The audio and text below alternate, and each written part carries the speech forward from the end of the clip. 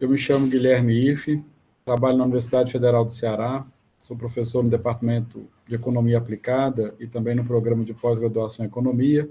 Hoje nós vamos apresentar para vocês dois resultados de um produto que nós tivemos junto à Sudene, um objeto de um TED, Termo de Execução Descentralizada para Avaliação de Políticas Educacionais, e teríamos conosco a Rafaela, da Sudene, mas por uma questão pessoal, a Rafaela não vai conseguir comparecer, então eu vou apresentar para vocês um pouco da missão da Sudene e depois entro, propriamente dito, nos objetivos referente ao TED, que foi realizado em parceria UFC-Sudene para avaliação das políticas educacionais. A Sudene é uma superintendência de desenvolvimento da região Nordeste, ela tem como missão o desenvolvimento, focada na região Nordeste. É uma autarquia federal que foi criada em 59. Naquela época discutia-se muitas questões das desigualdades regionais do país. O país passava por um processo de industrialização, então tem um documento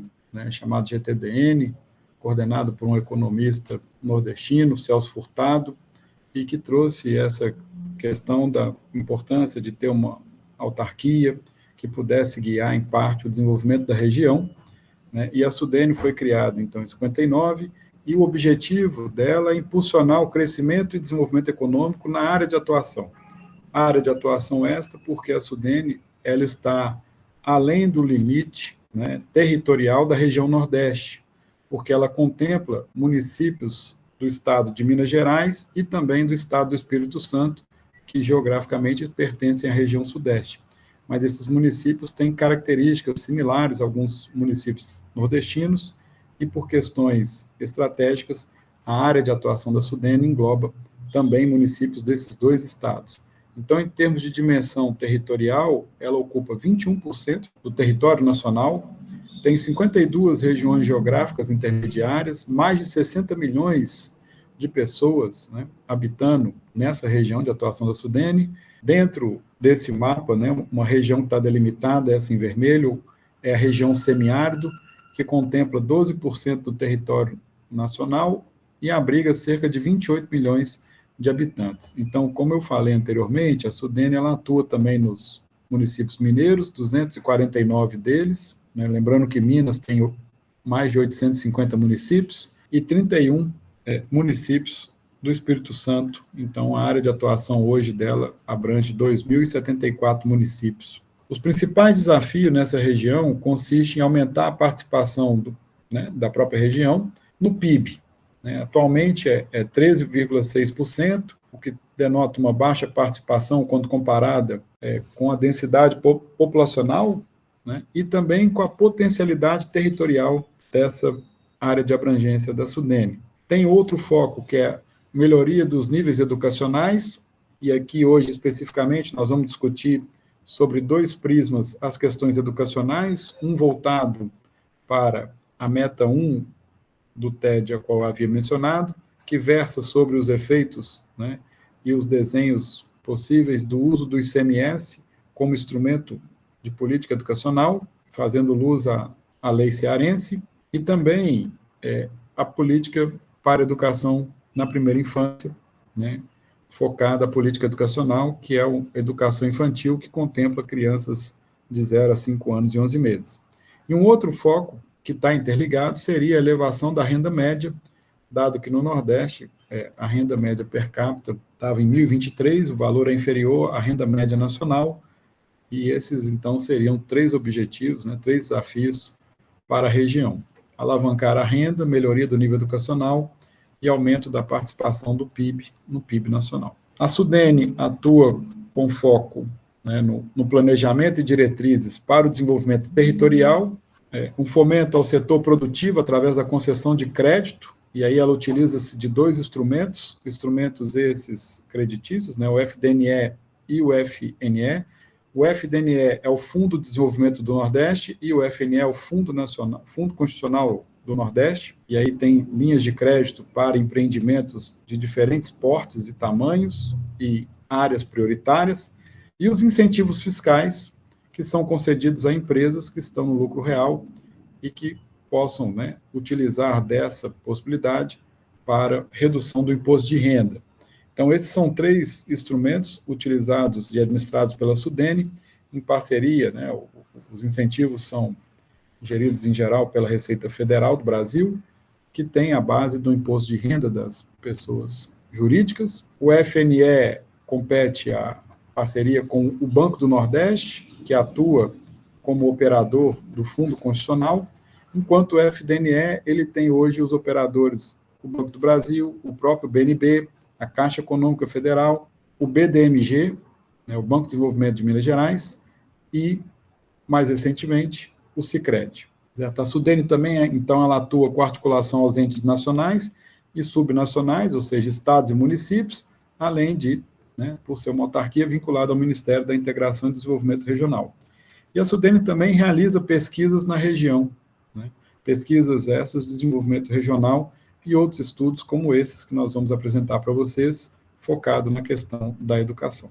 Associado a isso, existe um projeto de lei, o 5.879, de 2023, chamado Plano Nacional de Desenvolvimento do Nordeste, onde tem os eixos temáticos, né, os projetos estruturantes ao qual a Sudene seguia para tentar alavancar o desenvolvimento econômico na região. E aqui tem um QR Code, quem tiver interesse pode, né, projetar aí o seu telefone, e depois também a gente pode disponibilizar a apresentação para que vocês possam olhar em mais detalhes o PRDNE, que é o Plano Regional de Desenvolvimento do Nordeste. Certo? Esse plano está associado a algumas áreas, como capacidades governamentais, inovação, meio ambiente, infraestrutura econômica e urbana, educação, desenvolvimento produtivo e desenvolvimento social. Essas áreas estão centradas no desenvolvimento sustentável, né? Então, pensando em integrar parte do desenvolvimento, focado em diversas possibilidades, e olhando a melhoria de vida dessa população. O plano, em números, ele tem 7 eixos, 21 programas, tem 23 ministérios parceiros, 98 ações estratégicas, 30 diretrizes e, atualmente, 119 projetos estruturantes. No PPA de 2024-27, está previsto 872 entregas. E o Fundo Constitucional de Financiamento do Nordeste, o FNE, tem um orçamento, né, volumoso, são 38 bilhões de reais em 2024, ele visa contribuir para o desenvolvimento econômico e social na região através de programas de financiamento ao setor produtivo, dentre eles, beneficiários, os produtores, as empresas e as cooperativas. Em números, o FNE tem valores contratados 43 bilhões de reais, né, distribuídos nos diversos entes subnacionais, os estados, aqui representado pelo Espírito Santo, Sergipe, Paraíba, Alagoas, Rio Grande do Norte, Minas Gerais, Piauí, Pernambuco, Maranhão, Ceará e Bahia. Né? A Bahia ali se destaca como o maior volume de recursos, 10 bilhões. Em seguida tem Ceará, Maranhão e Pernambuco, né? Isso em 2024. Mas o FNL financia também pessoas físicas. Tem o programa FNE Sol, né? O programa FIES, que está voltado para a educação, financia infraestrutura, setor de turismo, comércio e serviços, indústria, pecuária e agricultura. Então, percebemos que o maior percentual está focado em infraestrutura, seguido por comércio e serviços, agropecuária e pecuária.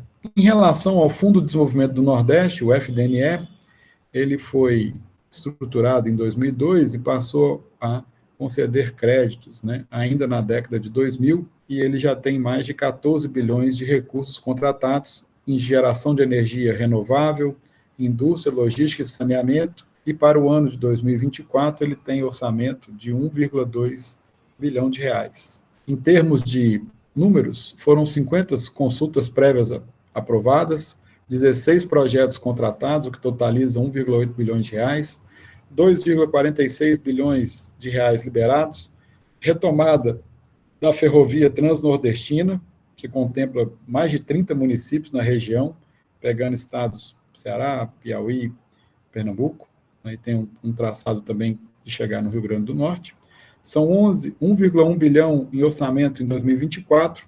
Em termos de contratação, tem o Rio Grande do Norte, Bahia, Pernambuco, Ceará Paraíba, Ceará e Pernambuco, desculpa, o Rio Grande do Norte, porque tem muita energia solar e eólica, né? E aí, como a eólica tem um percentual grande e o Rio Grande do Norte tem vantagens comparativas devido a questões de vento, né? Tem ali uma grande contratação de recursos do FDNE. A Ferrovia Transnordestina, ela, né, desempenha um papel crucial no desenvolvimento da região, tanto em termos econômicos como social, né? Ela está estimada aí para ter 3,9, já teve 3,9 bilhões de reais do fundo para financiar trechos de Ceará e Pernambuco, passa por 53 municípios e tem 1,2 mil quilômetros, né, de extensão, uma obra que tem previsão para acabar em 2027. Quanto aos incentivos fiscais, ele permite redução de 82% do imposto de renda a recolher sobre o lucro operacional da atividade incentivada. Ele também contempla estímulos ao reinvestimento que as empresas podem fazer e foi aprovado recentemente a Lei 14.753, que prorroga os incentivos fiscais até 2028. Né? E um dos objetivos dos incentivos consiste em estimular o desenvolvimento do setor produtivo regional. Lembrando aqui que quarta-feira nós apresentamos alguns resultados associados a essa política, avaliações de impacto, eficiências de empresa e eficácia em termos de resultado via contratação de empregos gerados. Certo? Os incentivos em números, eles têm 653 pleitos aprovados, um aumento de 45%, está em 229 municípios beneficiados, ou seja, 10% do total de atuação da SUDENE, 314 mil empregos gerados, o que credenciou um aumento de 47%, são 34 bilhões de reais em investimento, o que também teve um aumento de 51%. Então, aí nós temos os empregos criados e os empregos mantidos, o que dá um acréscimo, né, em termos de resultado dessa política. Certo? Os setores químicos, siderurgia, petroquímica, calçados, infraestrutura, energia, alimentos e bebidas. Alimentos e bebidas têm ali uma maior participação em termos de emprego, porque são setores intensivos em mão de obra. Alguns não necessariamente, né? Mas em termos de pleitos, tem lá os 653 aprovados. E as avaliações de incentivos fiscais, como está na apresentação, é fruto, né, um exercício que nós fizemos, celebrado com a UFC e a SUDENE, para avaliar os incentivos por meio da portaria do Ministério de Integração e Desenvolvimento Regional 3.145 de 2019, e esses instrumentos, essa avaliação, nós tivemos já algumas rodadas de conversa com a SUDENE, apresentações para o superintendente, a diretoria, o colegiado, no qual eles puderam, né, ter acesso e também discutir possibilidades de desdobramentos desse estudo. Certo? Alguns já estão públicos, acredito eu que daqui mais alguns meses, no máximo, a gente terá todos os relatórios publicizados no site da SUDENE, e assim, quando tiver, eu posso encaminhar, né, para a lista de presentes aqui desse webinar.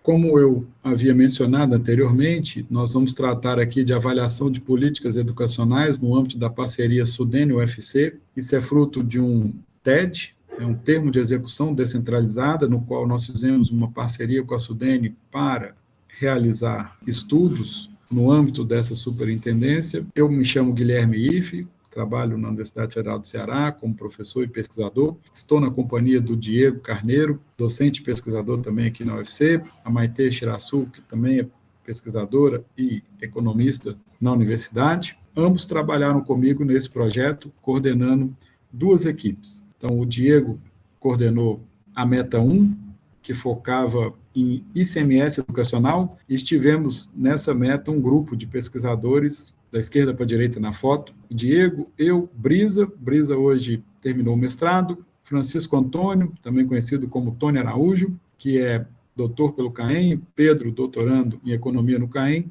o Wallace, mestre em economia no CAEM, coordenou o laboratório de estudos e pesquisas, o LEPS, no escritório de Sobral, e hoje atua no LEPS em Ribeirão Preto. A Meta 2, eu brincava que era o grupo das meninas superpoderosas, que foi coordenado pela Maitê. Tivemos a Analice Sampaio, doutoranda em economia na UFC, a Odalice Sampaio, também doutoranda em economia na UFC, a Isabel Fongalan, doutoranda em economia na UFC, a Larissa Carneiro, que na época era estudante da graduação, Juliana Cavalcante, que também era estudante da graduação, e a Ana Clécia, que hoje é aluna de doutorado, né, em Economia na UFC.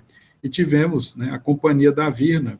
Virna fez graduação na UFC, mestrado no CAEM, e hoje está fazendo doutorado na Universidade de Notre Dame. Então, essas eram as duas equipes responsáveis por executar a Meta 1 e a Meta 2, Meta 1 coordenada pelo Diego, Meta 2 coordenada pela Maitê. Então, essa parceria, ela foi muito importante para nós aqui no UFC por diversas razões, né? A primeira, da universidade se colocar a serviço de uma autarquia federal do porte da SUDENE para poder realizar, em parceria, estudos no âmbito de avaliação de políticas que sejam prioridades dessa superintendência. E como eu mencionei anteriormente, a educação é um dos eixos no qual a SUDENE tem recursos e atua para melhoria, dado uma dificuldade da região quando a gente compara anos educacionais e níveis educacionais com as demais regiões do Brasil. Lembrando que a educação, ela é um direito fundamental das pessoas e ela também está associada a desenvolvimento econômico,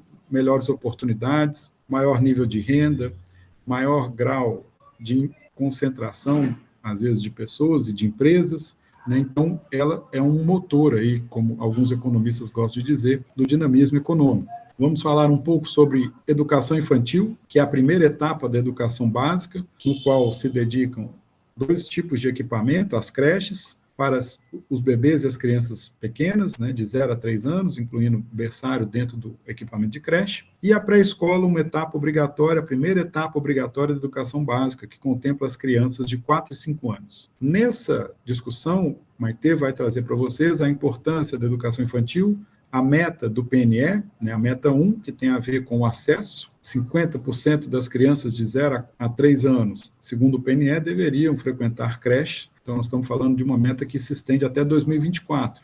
Atualmente, o Congresso Nacional tem debatido a postergação da vigência desse PNE. E ainda na meta 1, em 2016, deveríamos ter todas as crianças de até 5 anos e 9 meses matriculadas na pré-escola, dado que essa etapa ela é obrigatória, a primeira etapa da educação básica.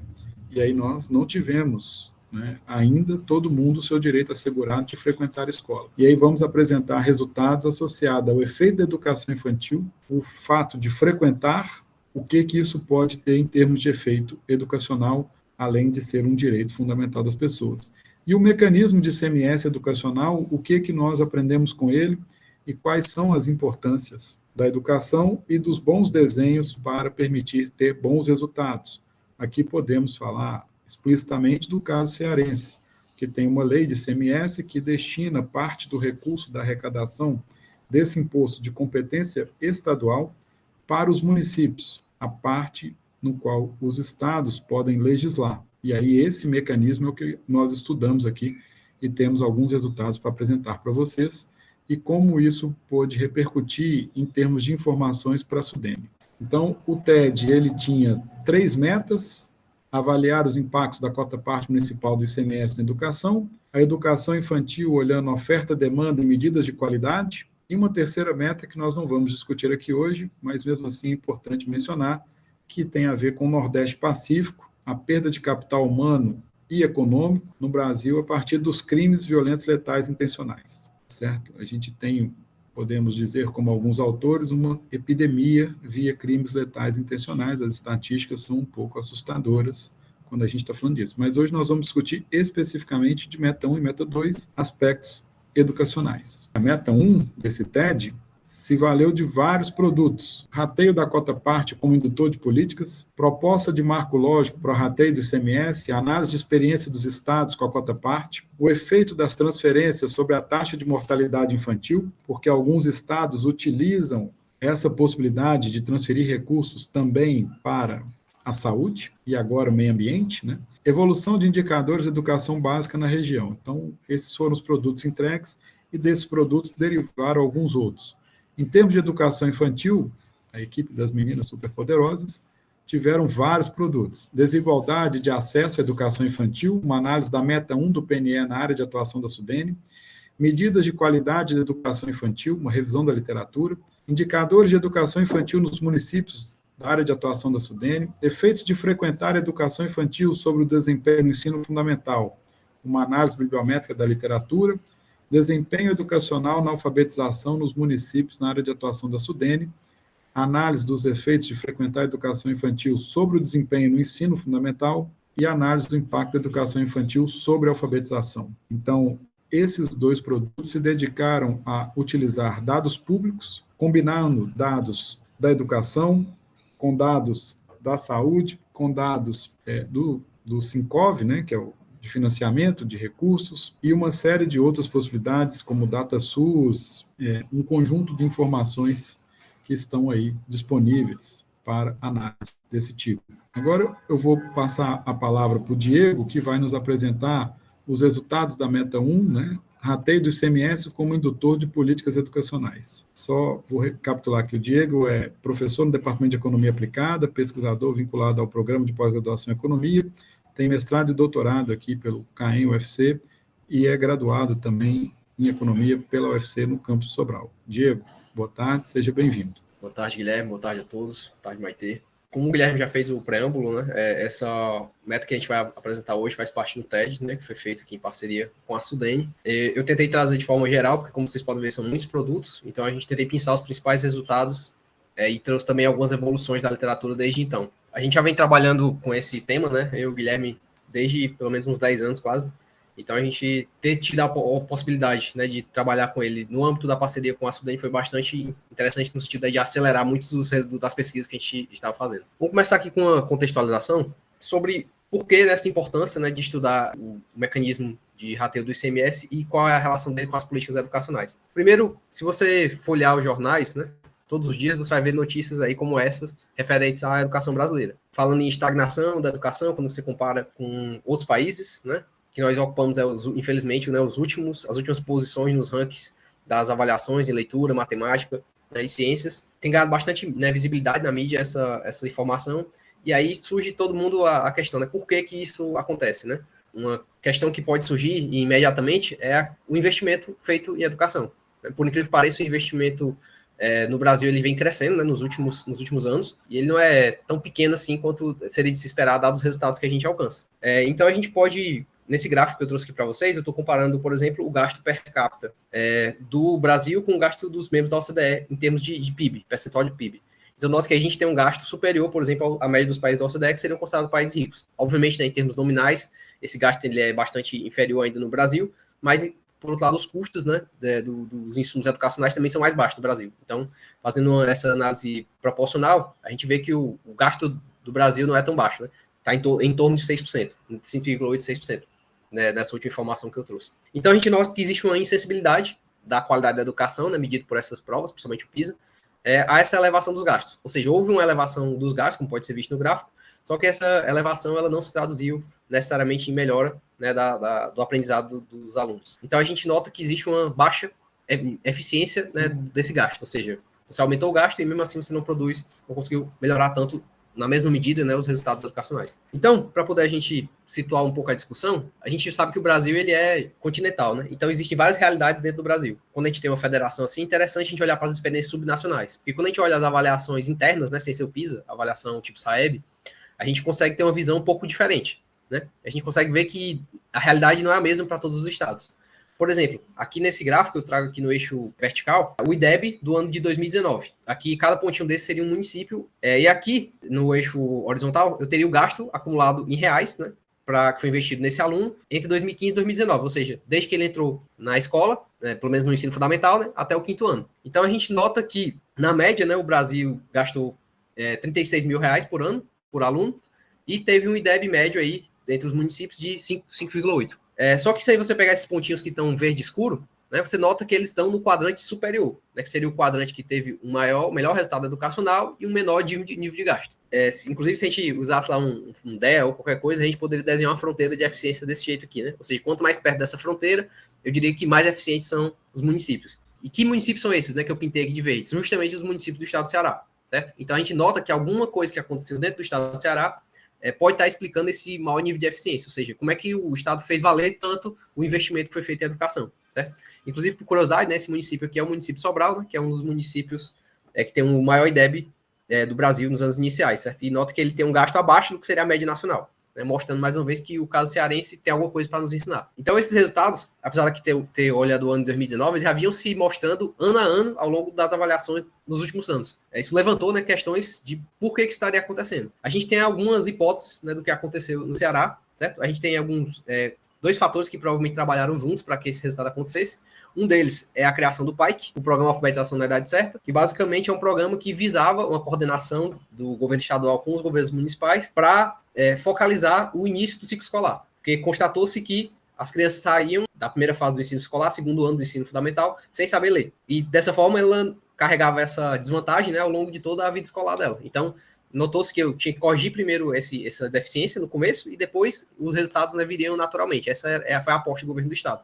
Então, o que consistiu o PAIC? Além desse foco no início escolar, tinha padronização de material, formação de professores, um assessoramento da gestão escolar, né, do estado com relação aos municípios, lembrando que a educação fundamental no estado do Ceará é fundamentalmente oferecida pelos municípios, né? Isso não é realidade em todos os estados, mas no Ceará e também a massificação das avaliações, né? Avaliações de larga escala, como o SPAES, e o uso desses resultados para poder fazer política escolar, né? Então, isso foi uma certa mudança de paradigma. Contudo, nada disso daqui é novo, né? No sentido de que já não se sabia que essas coisas funcionavam antes, né? A questão é por que o PAIC funcionou? Por que os governos municipais compraram essa ideia do PAIC? Então, essa é uma segunda resposta, uma segunda camada desse resultado. E aí vem a nossa hipótese, né, de pesquisa, que a gente vem trabalhando nos últimos anos, que boa parte dessa adesão, né, que houve ao PAIC se deveu à cota parte do ICMS, né? Basicamente, o que consiste a cota parte do ICMS? A Constituição Federal, aqui no seu artigo 158, ela basicamente diz quais são as receitas que pertencem aos municípios. E entre elas, ela diz que 25% do ICMS, né, que é um imposto estadual, ele tem que ser devolvido para os municípios. A forma como esse imposto vai ser devolvido, 75% dele vai ser conforme o valor adicionado fiscal, ou seja, quanto foi faturado, né, em notas, grosso modo, dentro daquele município.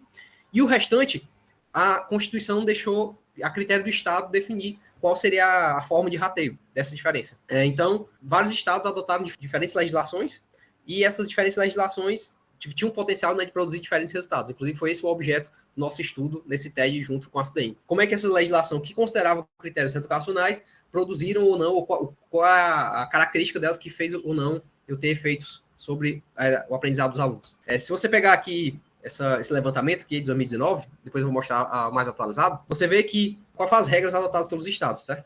Aqui o Simões Araújo de 2019, ele quebra em alguns tipos de critérios que foram utilizados para distribuir esse dinheiro.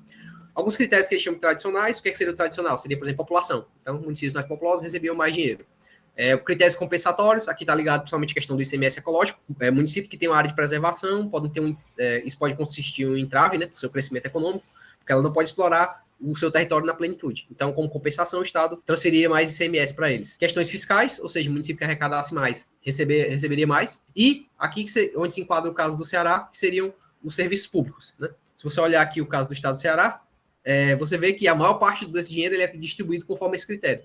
Esses serviços públicos aqui, que já a gente vai debater essa lei em particular, ele considera a maior parte dele como sendo o resultado educacional, juntamente com outros critérios como saúde e meio ambiente. Então, a lei que nós estamos falando aqui é a Lei Estadual 14023 de 2007, e ela basicamente vai dizer que vai reproduzir o texto da Constituição, né, que pertence aos municípios 25% da arrecadação de ICMS, e ela diz como é que vai ser distribuído esses 25%. E de lá, ela nota que dos 25%, 18% vão ser distribuídos conforme esse índice que é chamado de Índice Municipal de Qualidade da Educação. Esse índice aqui está atrelado, né, às notas, ao desempenho dos alunos no SPAES. Eu vou já detalhar direitinho como é que funciona esse índice, mas basicamente a ideia era essa, que esse índice ele estaria vinculado ao desempenho dos alunos do SPAES. Só repassando, o Estado arrecada um determinado volume de recursos, ele fica com 75%, os outros 25% ele tem que devolver para os municípios. No caso do Estado do Ceará, 18% desse recurso vai ser distribuído conforme critérios educacionais, conforme o IQE, e os outros 72% com relação a outros critérios, que não vem ao caso no momento. Esse IQE, ele era composto, né, na época do estudo, passou por algumas modificações recentes, por dois subíndices, né? O que seria o IQA, que é o índice de qualidade da alfabetização, e o IQF, que seria o índice de qualidade no ensino fundamental. E aqui ele tem alguns pesos, né, algumas ponderações, além da taxa de aprovação do primeiro ao quinto ano. Essa composição aqui daria o IQE, quem tivesse maior IQE receberia mais dinheiro do ICMS. A mensagem que fica para o gestor é basicamente isso. Quanto melhor for o seu resultado médio, né, do SPAES, dos anos iniciais do ensino fundamental, mais recursos de ICMS o município vai receber. Aí surge a questão, primeiro, para que esse ponto seja verdade, esse recurso ele é de fato relevante? Inicialmente, a gente cabe dizer que o ICMS ele é atualmente, né, o imposto de maior arrecadação do Brasil. Somando os ICMS de todos os estados, ele é o maior imposto. De fato, ele é um montante bem significativo. E se você pegar quanto essa receita, ela impacta as finanças municipais, eu trouxe esse gráfico aqui. Ó. Aqui eu tenho a cota parte do ICMS dividido pela receita corrente do município. Se você observar aqui, a média, né, desses valores é em torno de quase 10%. Então, quase 10% da receita municipal advém da cota parte do ICMS. Então, note que isso é um valor extremamente elevado. Né? 10% do que o município arrecada vem desse único fonte. E essa fonte passou a estar diretamente atrelada aos resultados educacionais. Então, foi criado um incentivo, né, uma política de incentivos que tendeu a produzir esses resultados que a gente observou. Se você observar, inclusive, tem alguns municípios, né, próximos até da região metropolitana, que esse peso, né, da cota parte é até maior, ou muito maior. Então, note que foi um incentivo significativo. O que a gente observou, né, pós a aprovação da lei de ICMS, foi isso. A gente tinha aqui o Ceará em azul, e aqui em laranja a gente tem os demais estados. 2007, foi no finalzinho de 2007 para 2008, foi implantada aqui o rateio do ICMS, e aí a gente observa isso daqui, né? Que o Ceará passa a crescer, né? Vertiginosamente, os outros estados também crescem, mas o Ceará cresce mais rápido. Então a gente consegue fazer essa avaliação a partir desse conjunto de dados aqui que a gente está mostrando para vocês. E aí foram feitos vários estudos, né? Nós mesmos fizemos alguns deles, mas a literatura já fez vários estudos caracterizando esse efeito. Eu vou mostrar aqui algumas evidências empíricas, né, que a gente obteve sobre esse rateio do ICMS. Só lembrando que um dos produtos lá que foram mostrados pelo Guilherme para essa meta, ele dizia respeito a uma varredura da literatura, né, sobre o tema. Eu não trouxe aqui os resultados, mas eu posso só explanar para vocês que a maior parte dos resultados dessa literatura de ICMS era para o Ceará, na parte de educação, e para o resto do Brasil, basicamente, se tratava do ICMS ecológico, né, que é uma outra ideia, tá? Mas, assim, basicamente a gente tinha evidências empíricas para o Ceará. Tem bastante evidência. Então, sintetizando aqui, o que a gente sabe, basicamente, é que essa política ela teve um efeito aí em torno de 0,13, entre mais 0,13, né, até 1,4 pontos no IDEB, dependendo do grupo de que você trata, do período que você considera. Isso é um valor muito significativo. Se você considerar o IDEB em médio de 6, nós estamos falando de 25%, né, de crescimento. Então, é um volume muito expressivo. E se a gente considerar a escala Saeb, como os outros autores, inclusive nós também utilizamos, é alguma coisa que em torno de 4 a 7,5 pontos da escala Saeb. A escala Saeb não é muito linear, então é um pouco difícil de você associar. Mas para poder traduzir isso de uma maneira mais plausível, se você considerar o ganho de aprendizado ao longo do ensino fundamental, isso seria equivalente, né, em termos de tempo, a 7 semestres letivos, né? Ou seja, 7 meses, desculpa, né, não é 7 semestres, 7 meses letivos. Ou seja, o fato de o Estado do Ceará ter implementado essa política elevou, né, o aprendizado dos alunos, em média, como se eles tivessem tido um semestre a mais de aula do mesmo padrão, tá certo? Então, essa foi um dos principais resultados que a gente encontrou na nossa estimativa. Aí surgem aí outras questões relacionadas, tá? Que outros efeitos a política de rateio do ICMS teve sobre os municípios, né, sobre a educação dos municípios? A primeira questão que surge também é, esse aumento, ele se deveu a quê? Ele se deveu ao aumento do gasto? Ele se deveu à mudança de gestão? Né? Porque, inicialmente, a gente atribuiu esse aumento a uma mudança de gestão. Só que surgiram críticas, né, lá com as primeiras versões do trabalho, alguns autores alegando justamente isso, que esse aumento, na verdade, se tratava de mais gasto. Foi um estímulo a que os prefeitos gastassem mais. Né? Se a gente olhar, de fato, aqui os gastos, a proporção de despesas com a educação sobre o total, a gente vai ver que, de fato, né, o Estado do Ceará teve um aumento de gasto um pouco acima da média nacional, só que esse aumento ele é muito, muito menos proporcional do que aquele aumento que a gente observou nas notas. Então, note que, apesar de ter tido um pequeno aumento do gasto, ele não pode explicar tudo. E, ademais, a gente tem também algumas evidências na literatura que atestam isso. Por exemplo, a gente vê alguns autores que falam da questão da distribuição dos recursos. Né? Dizem que essa lei fez com que os recursos foram distribuídos de forma mais equitativa. Né? Lembrando que os critérios anteriores, né, à lei, eles focavam muito no gasto, né, com a educação. Inclusive, a gente tem um trabalho que faz a avaliação da lei anterior, essa lei de 2007. Basicamente, os municípios maiores eram os que recebiam mais dinheiro, certo? E aí isso houve uma diluição maior quando houve essa mudança, adotando esse critério do IQE. Outro trabalho aqui também, Garcês Monassi Costa, mostrou que teve um aumento aí da ordem de 3% nos investimentos da educação, aquele aumento que a gente viu. Então, um investimento relativamente pequeno, um aumento pequeno, comparado com o tamanho do resultado que foi alcançado. Né? E também, mais recentemente aqui o Pedro, né, com o Rafael, eles mostraram que para cada real a mais, né, que o município recebeu, ele gastou 45 centavos na educação. Então, note que existe uma elasticidade aí significativa do gasto. Ainda tem 55 centavos que foram gastos com outra coisa, é isso que eu quero dizer. Eles não pegaram o dinheiro e gastaram tudo com a educação. Então, o gasto por si só não explicaria tudo. Especificamente sobre o TED da UFC com a Sudene, né, eu fiz um recorte aqui, nós visamos observar se além do estado do Ceará, né, outros estados que tinham critérios educacionais também lograram efeitos positivos. Nós utilizamos para isso diferenças com o próprio ScoreMatch, né, e utilizamos como municípios tratados, nós fizemos várias avaliações separadas, né, por estado. Os estados que tinham esse critério educacional eram Ceará, Pernambuco, Amapá e Minas Gerais. E como controle, a gente utilizou os municípios dos estados limítrofes, que é uma, digamos assim, usual na literatura. Basicamente, a gente obteve alguns resultados. A gente viu que as leis que eram baseadas em taxa de atendimento e nas avaliações de larga escala, como a legislação do Ceará, elas foram as únicas que apresentaram efeitos positivos. Por outro lado, aquelas leis que eram baseadas em gasto, ou seja, que era como a lei antiga do Ceará e algumas outras abordagens, elas não produziram efeitos. Então, a gente viu que o estímulo ao gasto, ele não necessariamente é aquilo que está explicando esses resultados. E a gente viu também que os estados do Ceará e Pernambuco foram aqueles que apresentaram efeitos mais pronunciados, né? Principalmente o caso do estado do Ceará. O estado de Pernambuco também adotou uma lei parecida com a do Ceará, só que lá eles passaram por muitas mudanças, o valor do incentivo era muito pequeno. Então, apesar de ter efeitos positivos, esse efeito ele é errático, dependendo do corte que você faz, né? Já o do estado do Ceará, não, ele já é bastante bem robusto. E agora eu vou apresentar para vocês um pouco do que seria a evolução recente, né? Do que a gente vem trabalhando ainda sobre esse tema. Esse é um tema que não se esgota. Já vou falar para vocês, inclusive, por quê, né? Que seriam os mecanismos de transmissão da política. Como é que a gente entende o que é que de fato aconteceu? Tá, se não foi só o gasto, foi o que mais? Então, surge aqui a questão. Existiria efeito mesmo se não tivesse variação no gasto? Ou seja, se os municípios não tivessem recebido mais dinheiro, mesmo assim, essa mudança da regra de rateio teria produzido efeitos? Isso é uma questão a ser levantada, porque a gente não consegue isolar isso com as avaliações anteriores. Por quê? Mesmo considerando a primeira corte, né, que surgiu em 2007, a participação da lei ela já se dá, ela é endógena, digamos assim, com a quantidade de gasto de dinheiro que o município recebe. Né, porque os municípios foram tratados em 2008 com base na nota 2007. Então, dessa maneira, a gente não tem como separar o efeito que a gente observa é um efeito misturado, de receber mais dinheiro com o incentivo puro, digamos assim. Nesse artigo que a gente trabalhou aqui em 2024, que ainda está em pré-print ainda, foi que a gente observou que teve uma mudança na lei, que ocorreu aqui em 2015, em que eles mudaram o IQE e acrescentaram o 9º ano do ensino fundamental. Só que essa mudança ela não foi regulamentada por decreto, de modo que ela não valeu.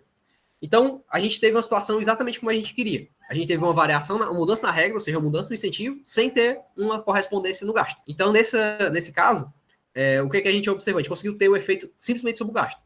E como é que a gente fez para testar isso? A gente avaliou se houve efeito sobre o 9º ano. E, de fato, a gente observou o efeito. Né? A gente teve um efeito de aumento de 2,6% nas notas do IDEB dos anos finais do ensino fundamental dos municípios do Ceará. O simples anúncio da mudança, né, fez com que eu tivesse uma melhora do 9º ano do ensino fundamental. E interessante, né, que a gente, como placebo, a gente fez essa mesma estimação para o 5º ano. E não teve efeito, né, o que era de se esperar, porque a mudança foi só para o 9º ano. Então, isso robustece aí, mais uma vez, a nossa análise. Então, com mais uma peça nesse quebra-cabeça, a gente vê que mesmo que não tivesse tido variação no gasto, é provável que tivesse tido, mesmo assim, uma melhora do desempenho educacional dos municípios. Uma segunda peça nesse quebra-cabeça, mais recente ainda, que ainda também está em análise aqui ainda, que é o efeito da política sobre a eficiência dos gastos. Lembrando que aqui a gente entende a eficiência do gasto como um município que tem um IDEB maior e que ele gasta proporcionalmente menos, né? Então, essa seria a situação ótima lá, como por exemplo o caso de Sobral, que gasta pouco e tem um IDEB alto. Então, basicamente será que a mudança da lei fez com que os municípios gastassem melhor o dinheiro, né, no sentido de que elas tivessem uma efetividade maior desse gasto? E aí, a gente também fez uma avaliação e chegou nesse resultado que a gente mostra aqui. Aqui essas duas linhas são a eficiência, né? A linha azul, ela mostra o grupo de controle, que seria os estados da Paraíba, Rio Grande do Norte e Piauí, e o vermelhinho seria o Ceará. Então, note que antes, o gasto no Ceará ele era menos eficiente que no grupo de controle, e após a política ele passa a ser mais eficiente, né? Você tem um salto aí de eficiência nos gastos, mostrando que, de fato, parece que a política surtiu efeito sobre isso. Então, esse aumento aí foi da ordem de 7,5 pontos percentuais, né? Ou seja, para a mesma quantidade de gasto, eu conseguiria aumentar a nota do IDEB em 7,5 pontos percentuais. Se você olhar, então, os mapas, né, da eficiência, antes e depois da política, você vê o que a gente acaba de mostrar aqui. Esse mapa aqui é antes da política, em 2007. Então, você tinha vários pontos de ineficiência, né, várias ilhas de ineficiência, apesar de ter alguns pontos que já eram bem eficientes.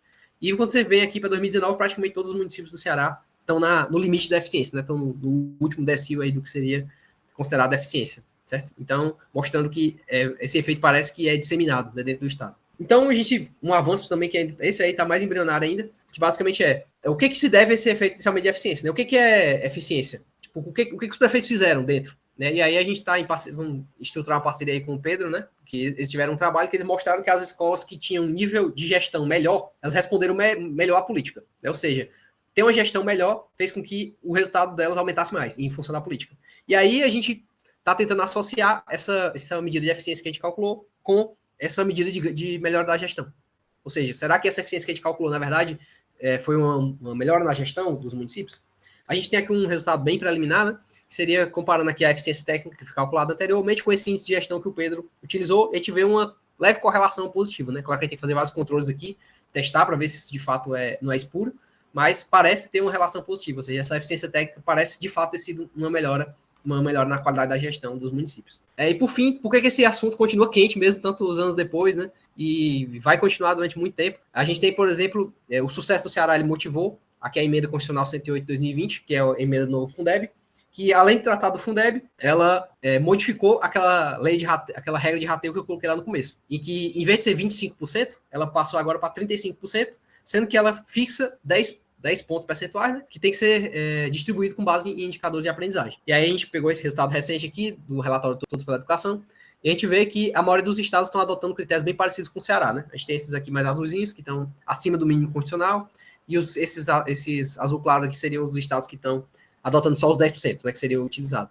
E até o final de 2023, o Rio de Janeiro era o único que não tinha instituído uma política desse tipo. Então, nota que essa política ela se espalhou para o resto do Brasil, em função do sucesso que foi verificado para o Ceará.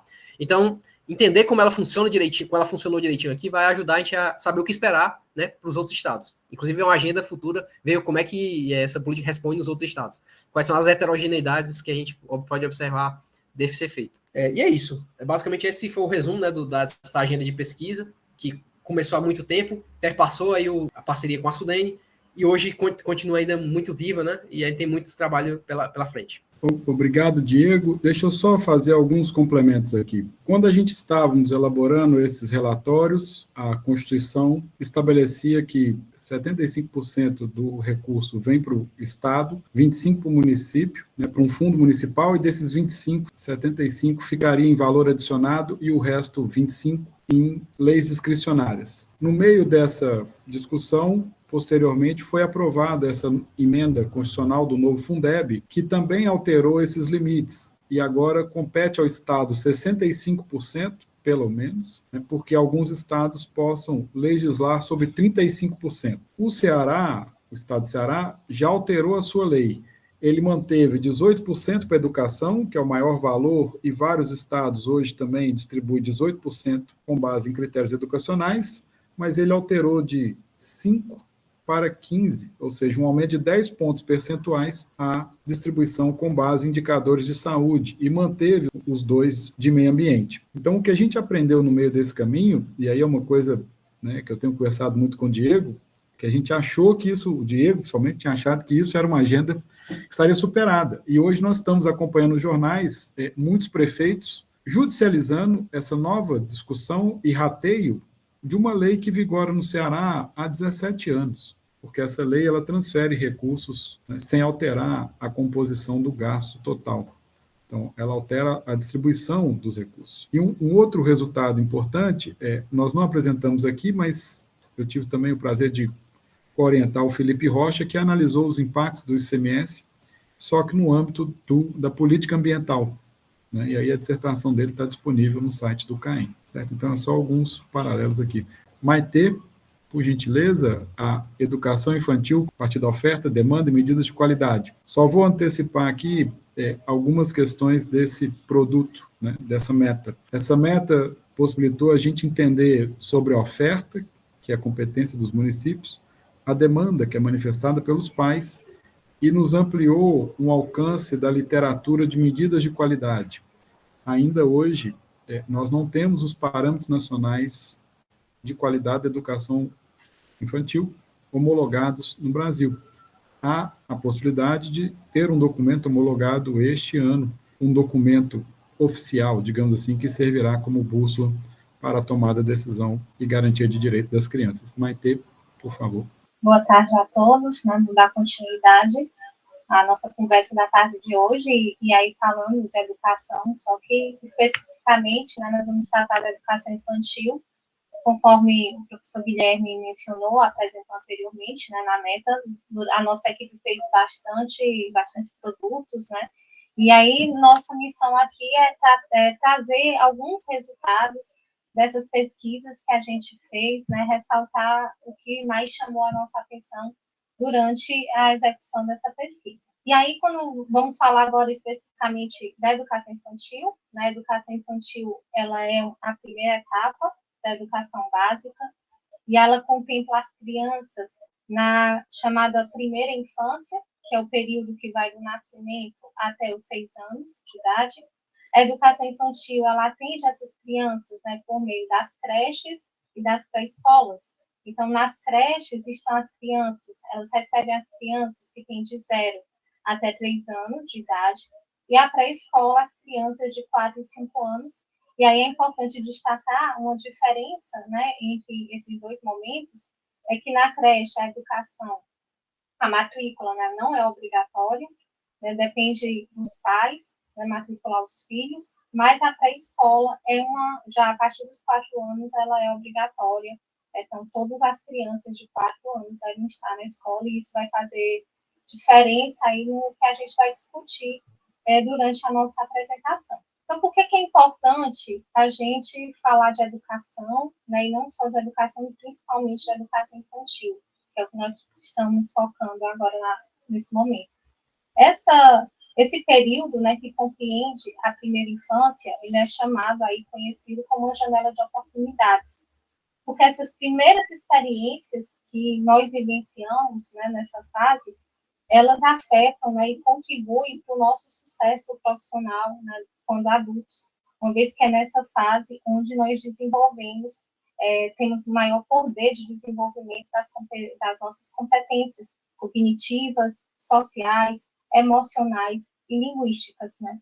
E aí, ao mesmo tempo que essa fase é super importante porque contribui para o desenvolvimento pleno dessas nossas competências, crianças que vivem nos ambientes familiares, onde não haja estímulo dessas habilidades, dessas competências, ela já começa aí em desvantagem, né, em relação às crianças que têm esse estímulo, porque a falta de estímulos nessa fase, né, são preditores de insucesso na fase adulta. E aí esse insucesso não só relacionado ao trabalho, né, ao mercado de trabalho, propriamente dito, mas em várias facetas aí da nossa vida quando adultos. E aí, por que é importante investir nesse momento, né? Nós temos que, essa fase, o desenvolvimento do nosso cérebro, ele é mais acelerado, e aí concentra os momentos que são mais adequados para desenvolver, né, certas habilidades.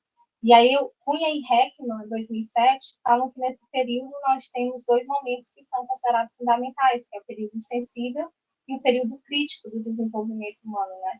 Então, esse período sensível seria aquele momento em que as habilidades, né, as competências, elas são aprendidas com mais facilidade, e o investimento nessa fase, por assim dizer, ele seria mais produtivo.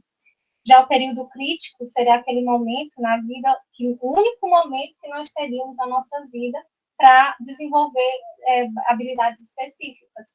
Então, isso quer dizer que não adianta investir depois, né? O momento de investir para adquirir certas habilidades poderia ser esse único momento da primeira infância. E aí, mais do que isso, né, esse investimento é cumulativo, porque você investe lá no início, né, no desenvolvimento das crianças, isso facilita o aprendizado das outras fases, e aí tem um efeito cumulativo nos resultados de aprendizagem e desenvolvimento de outras habilidades no futuro. E assim, né, o que é que a literatura tem defendido, né? Que investimentos nessa fase da primeira infância reduzem o custo das intervenções nas etapas seguintes, né, uma vez que é mais produtivo, nós aprendemos mais rápido, fazendo com que o aprendizado nessas outras fases da vida seja mais eficiente. E aí, por meio do investimento nessas fases, é possível reduzirmos os níveis de desigualdades sociais, abrangendo, né, não só a melhoria do desempenho escolar, a redução da evasão, inclusive tem estudos que mostram efeitos sobre o nível de violência e criminalidade.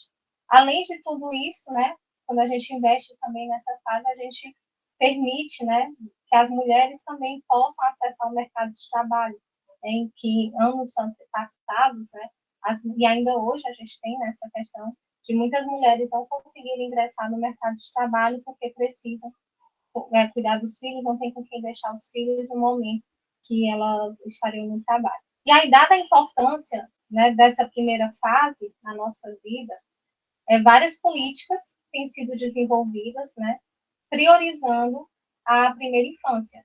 E aí, no nosso país, uma política que vem, né, sendo bastante desenvolvida e muitos investimentos têm sido feitos nessa fase, na educação à distância, na educação infantil. E aí, e por conta disso, vários normativos e várias legislações vêm sendo alteradas para priorizar essa etapa. Uma dessas alterações e que priorizam a educação infantil está lá no Plano Nacional da Educação, né, que o Guilherme até mencionou inicialmente. Esse plano ele está vigorando desde 2014, né, até agora 2024. E dentre as suas metas, uma das metas é voltada especificamente para a educação infantil, né, especificamente a meta 1, que trata de universalizar até 2016 a educação infantil na pré-escola, né, para crianças de 4 e 5 anos de idade, e ainda ampliar a oferta da educação infantil em creches para atender pelo menos, né, 50% das crianças até 3 anos, até o final da vigência deste PNE, no caso, este ano. Então, segundo as metas estabelecidas no PNE, a gente já deveria, né, ter universalizado a pré-escola e agora, neste ano, estaremos com pelo menos 50% das nossas crianças até 3 anos de idade frequentando as creches.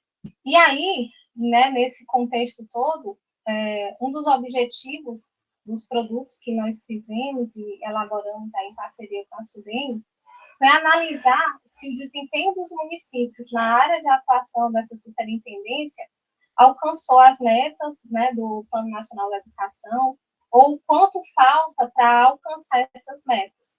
E aí verificar, né, no caso, se existe, qual o tamanho do desafio para alcançar as metas previstas no Plano Nacional da Educação. E aí, para isso, nós calculamos a demanda potencial por creches e pré-escolas, e utilizamos outros indicadores de acesso à educação infantil, por meio dos dados do SINASC, Sistema de Nascidos Vivos, e do Censo Escolar. E aí, dos indicadores que a gente calculou, e é o indicador que nós vamos focar mais aqui nos resultados, é a taxa de atendimento escolar, que nada mais é do que o número de pessoas, né, matriculadas na escola, né, na idade, na faixa etária que nós estamos considerando, no caso da creche, né, até 3 anos, e da pré-escola de 4 e 5 anos, dividido pela população dessa faixa etária.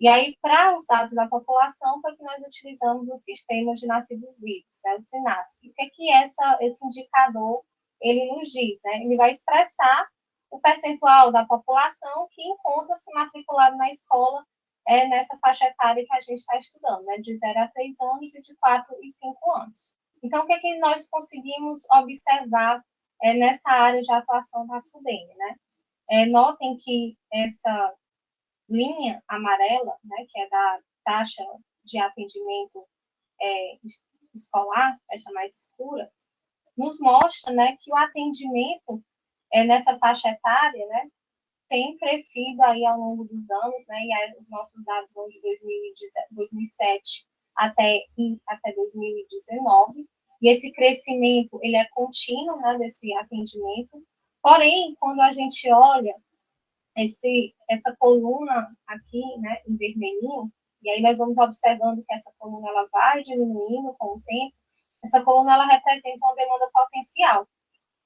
Então, ao mesmo tempo que nós temos um crescimento na taxa de atendimento, a gente consegue observar também que a demanda potencial por creches, né, ela vem diminuindo ao longo do tempo também, né?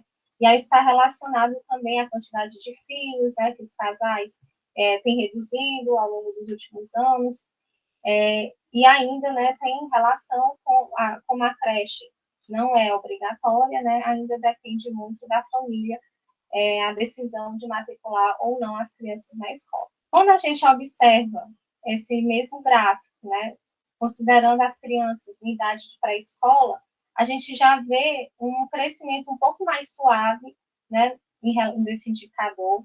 E aí a gente lembra, né, que essa fase é obrigatória, nessa etapa, matricular as crianças de 4 a 5 anos, então existe um crescimento, mas o crescimento é mais suave, e aí quando a gente olha a demanda potencial, né, por matrícula na pré-escola, olhando para esse gráfico, essa coluna em vermelho, nós conseguimos observar que essa taxa de atendimento quase está alcançando, né, toda a demanda por creche ao longo de todo esse período que nós estamos analisando. Então, já no final do período que nós estamos analisando, né, 80% mais ou menos dos municípios da área de atuação da SUDENE já conseguiram matricular as crianças de 4 a 5 anos. E aí nós vamos destacar o ano aqui de 2016, né, que teoricamente nós já deveríamos ter universalizado a pré-escola, né, para todas as crianças de 4 a 5 anos. Então, apesar da gente ter evoluído bem e ter um percentual expressivo,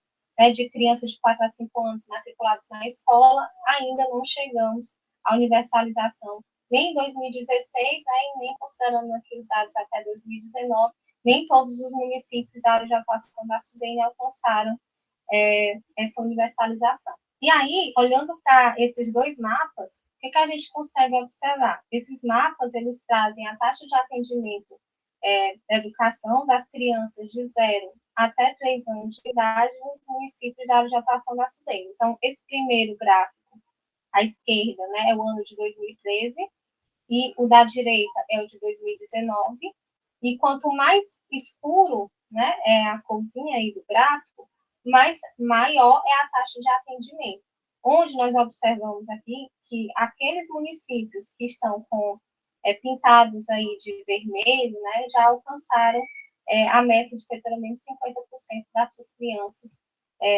nas creches. Então, o que é que nós conseguimos visualizar?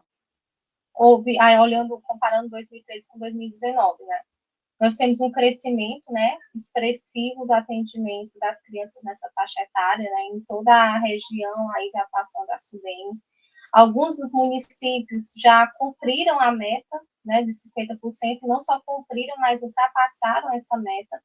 Porém, nós também conseguimos ver que existe uma desigualdade desse acesso ao longo do território, né? Então, enquanto nós temos municípios que já alcançaram a meta e já, inclusive, ultrapassaram a meta, nós temos outros lá atrás, em que não conseguiram matricular, né, nem 20% das suas crianças nessa etapa escolar. E aí, a gente fez uma simulação para verificar, assim, mantendo essa taxa de crescimento que foi observada, né, de 2007 a 2019, né, quando nós vamos conseguir alcançar as metas do Plano Nacional de Educação, a meta específica da educação infantil, né? Esse gráfico ao lado mostra, né, que em 2019, considerando essa área de atuação, apenas 12% dos municípios eles já tinham alcançado a meta dos 50% das crianças na creche, né? E aí, se a gente mantiver esse ritmo, né, a gente não tem um horizonte para alcançar essa meta nos próximos anos, né? Aqui nós temos a previsão até 2044. Então, mantendo tudo igual, com essa taxa de crescimento, nós não vamos conseguir alcançar a meta especificamente, né, para a pré-escola, para a creche. E agora, né, quando a gente vai tratar da pré-escola, a gente já vê um cenário um pouco diferente, né? Quando a gente olha aqui o mapa de 2013, a gente já percebe que muitos municípios, né, da área de atuação da SUDENE já alcançaram a meta de universalizar a educação infantil para as crianças de 4 e 5 anos. E aí, né, em 2019, nós vimos ainda um processo de expansão, né, com muitos municípios, a grande maioria, né, ou alcançou, está muito próximo de alcançar a meta, mas ainda assim existem nesse território vários municípios que estão aquém, né, que inclusive estão um pouco longe de alcançar essa universalização do acesso à educação infantil. E aí, quando a gente olha essa projeção para os próximos anos, quando nós vamos conseguir universalizar a educação infantil para todas as crianças de 4 a 5 anos, o gráfico ao lado mostra, né, que em 2019, 50% dos municípios da área de atuação da SUDENE já haviam universalizado essa etapa escolar, né, para as crianças de 4 e 5 anos. Porém, né, os municípios que ainda não conseguiram, né, sofrem muitos desafios para conseguir alcançar, e aí também, né, mantendo o mesmo ritmo de crescimento, a gente não consegue vislumbrar no curto prazo a universalização da educação infantil de 4 a 5 anos para todos os municípios da área de atuação da SUDENE, né? E aí isso mostra um desafio grande, né, desses municípios em conseguir alcançar, né, de forma plena, né, em toda a sua área de atuação, a meta de universalização da pré-escola. E aí, né, resumo aqui os principais resultados, né, desse primeiro produto. Nós observamos que houve um crescimento, né, expressivo da oferta, e aí a gente consegue ver o esforço dos municípios em ampliar essa oferta da educação infantil, e isso tanto a gente consegue observar para a creche como para a pré-escola. Isso, mas, porém, né, esse aumento da taxa de atendimento, ela foi decorrente do aumento das matrículas, mas também nós tivemos uma redução da demanda potencial por educação infantil. Nós frisamos também que o crescimento dessa oferta, ela foi desigual ao longo do território, e de forma especial na etapa das creches, né, na pré-escola a gente já tem, né, algo mais consolidado, mas as creches ainda representam um desafio. Existem fortes desigualdades regionais dentro do território, né, em especial na cobertura das creches, onde as matrículas elas não são obrigatórias, e aí grande parte dessa demanda é oriunda das famílias de mais baixa renda.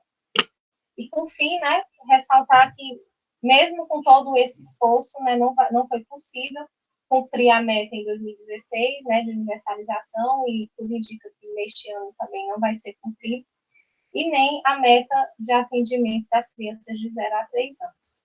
E aí, dando prosseguimento, a gente vai apresentar agora alguns indicadores educacionais dos municípios na área de atuação da SUDENE, comparando aqui com os resultados do Brasil.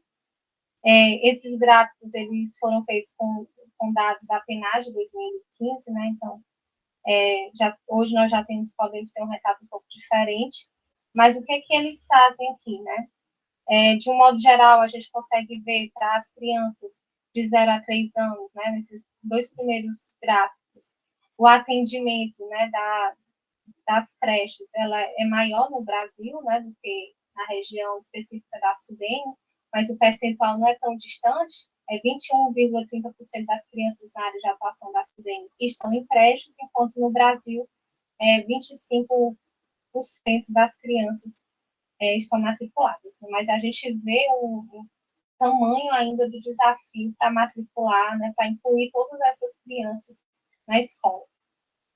Quando a gente compara agora o acesso das crianças na faixa de 4 a 5 anos, a gente vê um cenário, né, aqui um pouco diferente, né?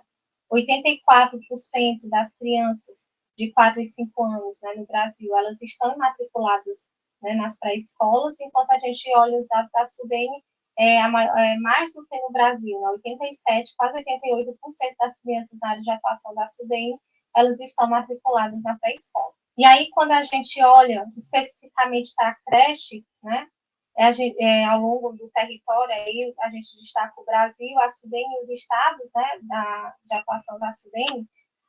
Como a gente viu anteriormente, né, o Brasil, 26% das crianças, elas estão na creche, mas tem um percentual expressivo de crianças que, apesar de não estarem na creche, os pais têm interesse de matricular. Então, 46% dessas crianças, apesar de não estarem na creche, os pais têm interesse de matricular. E aí, quando a gente compara com a SUDENE, esse percentual é parecido, né? 21% estão na creche, mas 49% têm interesse de frequentar, mas não frequentam por algum motivo. E um dos motivos apontados é justamente a carência de creche para matricular essas crianças, né? E aí a gente destaca, em termos de atendimento, o estado do Ceará, né, que tem 28% das crianças em creche, maior do que os demais estados aqui da região da SUDENE e, especificamente, né, maior do que a média observada no Brasil como um todo. E o estado que tem um desafio ainda maior é o Piauí, com apenas 14% das suas crianças de 0 a 3 anos frequentando essa etapa escolar, E aí a gente destaca no Piauí que 61% dessas crianças, dos pais teriam interesse de matricular essas crianças nas creches, mas não fazem. E aí, quando a gente traz aqui para a parte dos gastos, o que a gente consegue ver? O Brasil ele tem um resultado, né, melhor, um acesso maior, melhor dizendo, na cobertura de creches para escolas, mas nós conseguimos ver que há uma diferença expressiva nos valores que são gastos no Brasil comparados com os valores gastos na área de atuação da SUDENE nessa etapa escolar, né? Então, a gente comparando a atividade de 2019, R$ 2.096, né, por aluno, enquanto no Brasil, R$ 4.029 é investido por aluno nessa etapa escolar. E aí a gente percebe um crescimento, né, nos gastos com a educação infantil ao longo dos últimos anos, e aí nós observamos, né, pelos estudos, que o foco ainda, né, é a cobertura, principalmente quando a gente fala no acesso às creches. Nós fizemos ainda uma análise de convergência para verificar, né, quão perto ou quão longe a gente está de alcançar esses objetivos da universalização da pré-escola e o alcance aí mais expressivo da creche, né? Então, aqui nesse gráfico à esquerda, a gente vê o Brasil, né? E aqui o Nordeste, nesse pontinho laranja. O que a gente consegue ver como um todo aqui na área de atuação da SUDENE? Os estados em que tinham uma menor taxa de atendimento em creches, eles tiveram a maior taxa de crescimento no período. Já os estados, né, que tiveram a maior taxa de atendimento nas creches, eles tiveram a menor taxa de crescimento no período. E aí a gente consegue observar, né, um padrão semelhante com o atendimento na pré-escola. E aí, mantendo esse ritmo, né, de crescimento entre esses estados, a gente tende a uma convergência aí no longo prazo que diminua essas desigualdades entre essas regiões, entre, né, as micro-regiões aqui dentro do Nordeste. E aí nós vamos trazer agora, além do atendimento, né, como é que está a educação infantil quando a gente está considerando as notas, né, o desempenho escolar dessas crianças. Para isso, nós utilizamos os dados da Avaliação Nacional da Alfabetização, a ANA. A ANA é uma avaliação censitária, né, bianual, e aí nós tínhamos dados 2014 e 2016, e avaliar as crianças, né, em leitura, escrita e matemática, e as notas eram divididas, né, por níveis, né, que vai do nível 1 até o nível 5. Né? E os primeiros níveis, nível 1 e nível 5, são níveis considerados, né, de aprendizado insuficiente, enquanto o nível 3, 4 e 5, né, dependendo da prova que a gente está considerando, já é considerado nível suficiente de aprendizado. O que nós podemos visualizar dos resultados na área de atuação da SUDENE? Em média, nós podemos comparar aqui os resultados tanto para a leitura, como para a escrita e como matemática. A área de atuação da SUDENE, né, tem uma proficiência média menor em alfabetização, né, nessa avaliação. Tanto em 2014 como em 2016, né, nós conseguimos perceber uma evolução, né, nesse indicador, uma melhoria, né, do desempenho dessas crianças. Porém, as diferenças entre o Brasil e a SUDENE, né, em termos de rendimento, o Brasil, em termos gerais, ainda apresenta um rendimento superior. Mas a evolução a gente também consegue perceber nas diferenças de notas, né, desses períodos. Né? Então, aqui, ó, em leitura, por exemplo, a diferença era de 59 pontos e caiu aqui para 53 pontos na média em leitura. Então, nós conseguimos ver uma evolução na melhoria do desempenho escolar, né, nessa faixa etária da alfabetização, e também a redução da diferença das médias da área de atuação da SUDENE em relação ao Brasil como um todo. Porém, a gente ainda vai ver, né, até no próximo gráfico, que a maioria dos estudantes continuam ainda num nível considerado insuficiente, tanto em leitura, como escrita, como em matemática, né, apesar da evolução. Ademais, a gente destaca que a média de adequação docente dos municípios da área de atuação da SUDENE é menor do que a do Brasil, e aí a gente vai ver que essa adequação docente ela é um indicador muito importante para explicar, né, o rendimento e o desempenho escolar. sendo que a metade dos professores, né, na área de atuação da SUDENE não possuíam ainda a adequação exigida para lecionar no terceiro ano de ensino fundamental. Aqui a gente faz um recorte da proficiência de leitura em matemática, né, dos municípios da SUDENE de 2014 e 2016, e aí a gente consegue ver onde os indicadores da SUDENE são maiores, os percentuais, é justamente nos níveis mais baixos da proficiência, né, tanto em leitura como em matemática. Né? Apesar da gente ver uma evolução no período, ainda é destacada a quantidade de alunos que estão nos níveis, né, considerados insuficientes na avaliação da alfabetização. Como os principais resultados, né, desses indicadores, a gente destaca, né, que houve uma expansão crescente da rede ao longo dos anos, porém ainda existe uma demanda que não é atendida, especialmente, né, quando a gente fala das creches.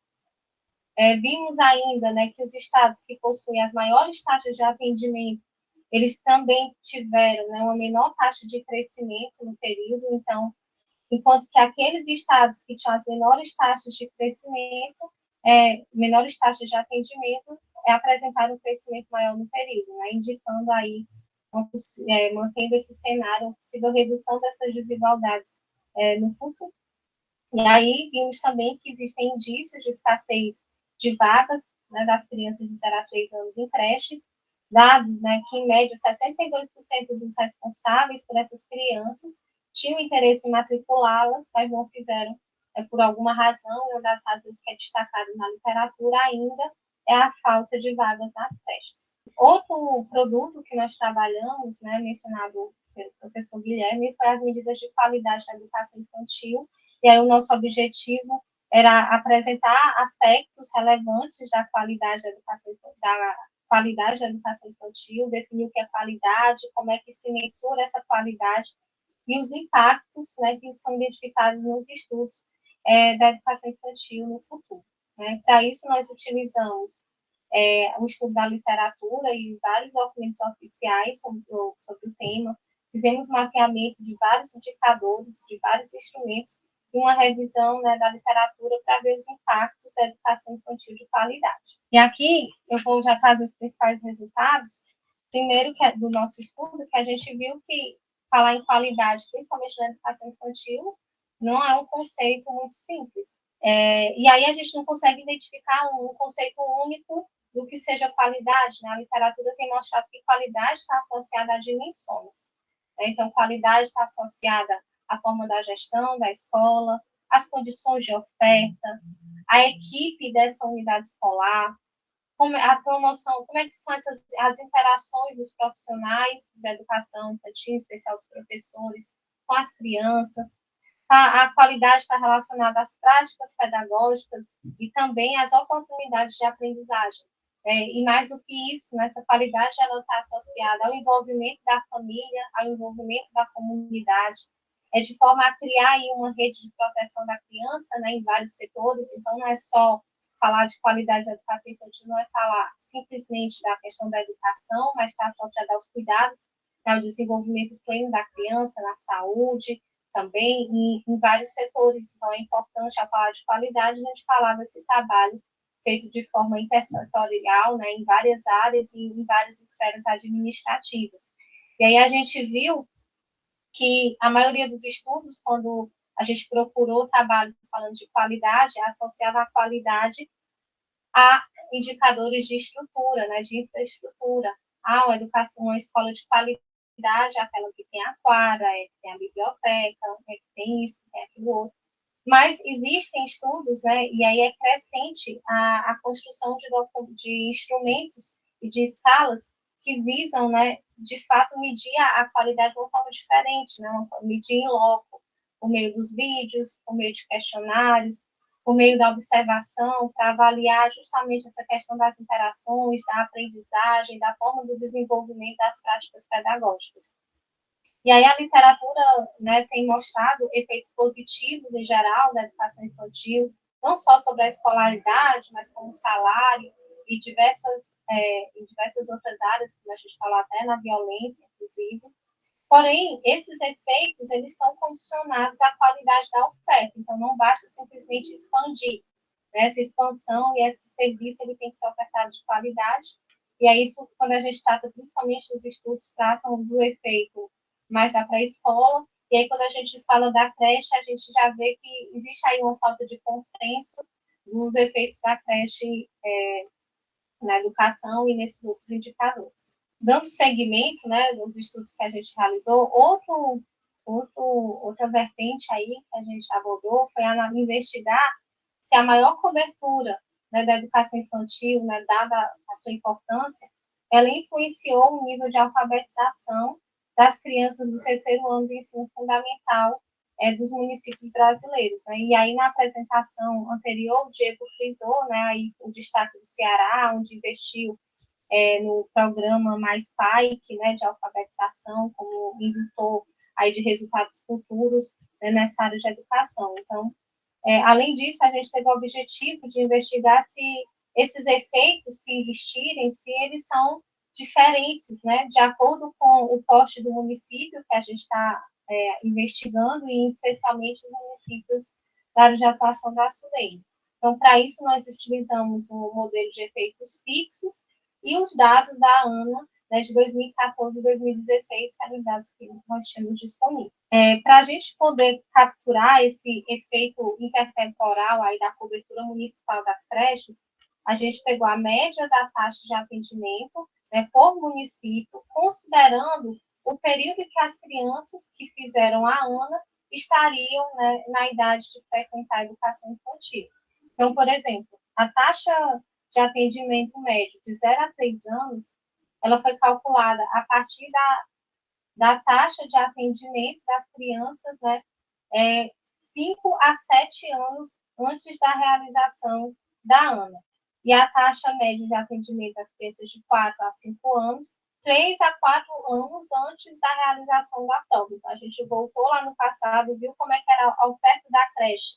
No momento que essas crianças estavam em idade de educação infantil, e aí avaliamos se essa cobertura, nesse momento, teve um impacto no futuro, né, no desempenho dela na alfabetização. E aí, o que foi que nós encontramos de resultado, né?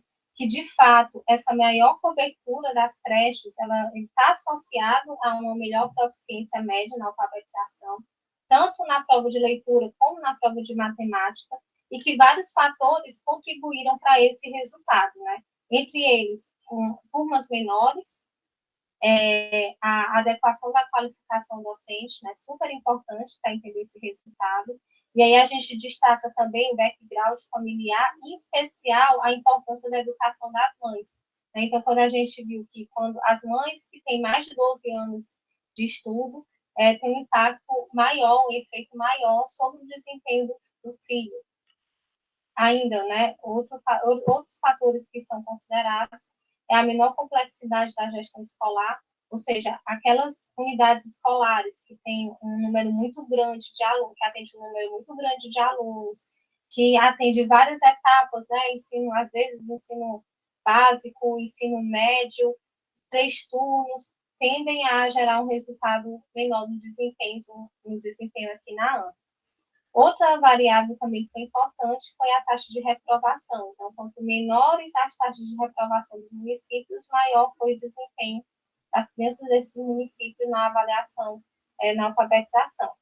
Porém, os resultados que a gente está discutindo aqui, eles foram concentrados no impacto das creches, e a gente não conseguiu identificar efeito na expansão da oferta das pré-escolas, e aí a gente atribui isso à quantidade de pré-escolas, né, que a gente tem nos municípios. Como a gente está analisando a nível de município, existe aí quase que a universalização, né, dessa etapa escolar, então por isso a gente não conseguiu identificar efeito. Já a creche, né, que ainda existe uma demanda expressiva, o efeito ele foi de fato significante, e aí a gente conseguiu, né, vislumbrar mais os resultados nessa etapa. Quando a gente olha aqui os efeitos heterogêneos, e aí a gente concentra tanto a área da SUDENE como o porte do município, o que a gente viu, né? Um resultado semelhante, né? Que existe, de fato, um efeito positivo da cobertura das creches, tanto para, né, a nossa amostra como um todo, como especificamente na área de atuação da SUDENE, os efeitos foram positivos, né, sobre a alfabetização. E os fatores que contribuem, né, para esses resultados também bem parecido com o que a gente encontrou anteriormente, né, uma adequação qualificada do corpo docente, o background familiar, com destaque à educação das mães, e a menor taxa de reprovação. Quando a gente olha aqui os efeitos, segundo o poste do município, nós vimos um efeito positivo da expansão das pré-escolas no desempenho tanto de leitura como de matemática, porém apenas para os municípios maiores, né, com mais de 100 mil habitantes. Quando a gente olha o efeito da expansão das creches em leitura e matemática, a gente vê que esse efeito ele se concentra nos municípios menores, até 100 mil habitantes. Por fim, né, o efeito da creche em leitura ele é crescente para os municípios pequenos, né, bem pequenos, até 20 mil habitantes, e aí depois ele se torna decrescente, e aí nos municípios muito maiores, com mais de 100 mil habitantes, a gente não encontrou efeito. E aí resultados semelhantes a gente encontrou para matemática, né, porém a gente não encontrou efeito para municípios muito pequenos, com até 5 mil habitantes. Agora a gente traz a nossa análise para o efeito de frequentar a educação infantil, só que para o ensino fundamental, já para o 5º ano do ensino fundamental. Então, o nosso objetivo aqui é investigar o efeito de ter frequentado a creche sobre esse capital humano acumulado, utilizando os dados do Sistema de Avaliação da Educação Básica, o SAEB, de 2019. Para isso, nós usamos 2 estratégias, né, o Propensity Score Match, para ver os efeitos sobre as notas médias dos alunos, e usamos também o efeito quantílico de tratamento, para ver o efeito da educação infantil ao longo da distribuição das notas no SAEB. Para isso, né, nós utilizamos o grupo de tratado como tratado e controle, né, com base na idade em que a criança frequentou a escola. Então, nós analisamos o efeito separado da creche, da pré-escola e da educação infantil. Então, para a creche, né, de 0 a 3 anos, nós consideramos o grupo de controle aquelas crianças que não frequentaram a creche, ou seja, que entraram, né, na educação infantil a partir dos 4 anos de idade. Para a pré-escola, né, a gente considerou como grupo de tratado, né, as crianças que entraram com 4 e 5 anos, e grupo de controle, as crianças que entraram com acima de 6 anos de idade na escola. E ainda analisamos o efeito, né, consolidado aí da educação infantil, como grupo de tratamento, as crianças de 0 que entraram na escola, né, de 0 até 5 anos de idade, e como grupo de controle, as crianças que entraram na escola só depois dos 6 anos de idade. Aí nós vamos ver o que aconteceu aí com o rendimento escolar dessas crianças. Então, o que nós obtivemos de resultados? Independente, né, do ingresso, se foi na creche, se a criança fez a pré-escola ou se ela fez toda a educação infantil, nós observamos que existe um efeito positivo de frequentar a educação infantil, tanto em português como em matemática, porém, o efeito da pré-escola sobre essas proficiências foi maior do que o efeito da creche, né? E aí a gente associa, né, com base na literatura, muito possivelmente esse resultado à qualidade das creches. Na literatura tem trazido um destaque, né, ao falar que nesse início, nesses últimos anos aí, que a gente analisou, um efeito muito grande da expansão, porém nem toda essa expansão ela foi acompanhada da qualidade necessária. E aí nós observamos ainda que os alunos que frequentaram a creche apresentaram um desempenho médio superior, né, de 2,3 pontos em português e 3,2 pontos em matemática, quando a gente compara aquelas crianças que não frequentaram a creche. Já os alunos que iniciaram os estudos na pré-escola teve um efeito maior, né, cuja essa diferença entre essa criança e a criança que não fez a pré-escola foi de 8 pontos em favor daquelas crianças que fizeram a pré-escola. Então, a gente consegue ver aí um efeito bem mais expressivo da pré-escola, né, sobre o rendimento escolar, do que quando a gente olha a creche. E agora a gente vai fazer os resultados do efeito quantílico, né, que eu falei para vocês ao longo da distribuição das notas. Então, o que a gente observa? Que o efeito encontrado no modelo, né, do próprio esse score médio que a gente acabou de mostrar, eles se replicam, né, nos quantis ao longo da distribuição, ou seja, os efeitos foram positivos, né, tanto para matemática quanto para português, né, ao longo aí da distribuição das notas. Porém, existe uma predominância de maiores impactos, né, um efeito ser maior entre os estudantes que tiveram o melhor desempenho na avaliação. E aí vimos também, né, a importância da qualidade da educação das mães, né, sobre o desempenho dos filhos, né, e quanto maior a escolaridade da mãe, maior foi o impacto na nota do aluno. Agora a gente vai destacar o efeito quantílico, né, voltado especificamente para as creches, onde nós vimos que para os alunos que têm um desempenho considerado insuficiente, né, lá no iníciozinho da escala, o efeito da creche foi negativo ou nulo. E aí, depois disso, né, o efeito torna-se positivo, ou seja, na escala mais acima da distribuição das notas, o efeito da creche foi positivo. Também esse efeito, ele é crescente com a escolaridade da mãe, que tem que ter pelo menos aí o ensino médio, na nossa base, e foi negativo ou até nulo para as crianças que têm mães com menor nível de escolaridade. E aí esses resultados, eles sugerem, né, uma ampliação das desigualdades entre os menos favorecidos, onde a gente associa também a escolaridade da mãe à renda e a renda à matrícula, à qualidade das creches que essas crianças estão matriculadas, né? Quanto ao efeito da pré-escola e da educação infantil, a gente observa a mesma tendência, né? Porém, a partir da mediana das notas, o efeito da pré-escola e da educação infantil é superior para os alunos já com baixa escolaridade. E aí aponta, né, que os alunos com maior vulnerabilidade, nesse caso, são os mais beneficiados pela política, e aí pode contribuir para a redução das desigualdades. Então, portanto, a gente constata que a educação infantil, nesse caso, né, ele tem favorecido principalmente as crianças mais vulneráveis, contribuindo aí para a redução das desigualdades sociais na educação. Eu acho que esse deve ser um dos últimos resultados que a gente vai apresentar, onde a gente traz os efeitos heterogêneos, né, para a área de atuação da SUDENE. De modo geral, a gente vê que o efeito creche, ele é positivo, né, ao longo de toda a distribuição das notas, porém, é maior esse efeito com um subgrupo específico dos municípios da SUDENE, chamado G51, que são os municípios polos, né, dessa região.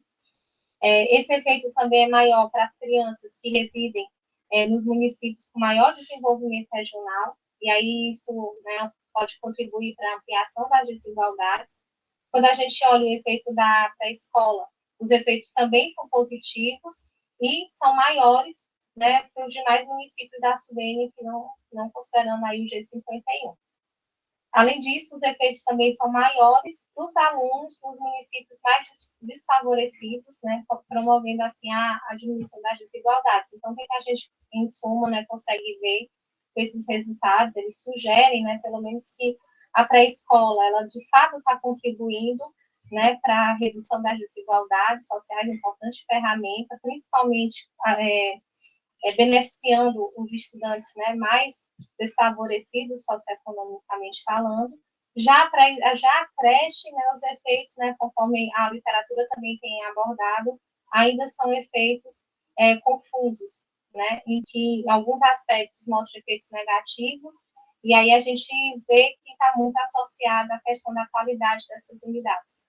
Mas é isso, e obrigada pela atenção. Tá, então, obrigada, Maitê, obrigada, Diego. Assim como eu comentei após a apresentação do Diego, tem alguns comentários adicionais em relação a esse projeto, né, referente à Meta 2, que a Maitê coordenou junto com as meninas lá no âmbito da cooperação com a SUDENE. Esses estudos nos permitiram conhecer um pouco mais e adentrar um campo na área de avaliação de educação infantil, né? Então, foi um primeiro esforço que culminou depois em outros projetos, hoje em colaboração com a Secretaria do Estado do Ceará de Educação, a Secretaria Municipal de Educação de Fortaleza e com o Ministério da Educação no âmbito da Coordenadoria de Educação Infantil, no qual nós temos tido um prazer de discutir e colaborar com os parâmetros nacionais de qualidade da educação infantil, no qual também tenho a satisfação de ter a Maitê comigo nessa equipe junto ao MEC, né? Assim como outros, a Isabela, Braga e outros tantos que trabalham aqui comigo. Temos aprendido muito nesse âmbito. Nessa questão da meta 2, da educação infantil, tivemos alguns produtos, né, dissertações de mestrado, como da Maria Odalice, que compôs a equipe, alguns artigos relacionados a desdobramentos desses relatórios, né.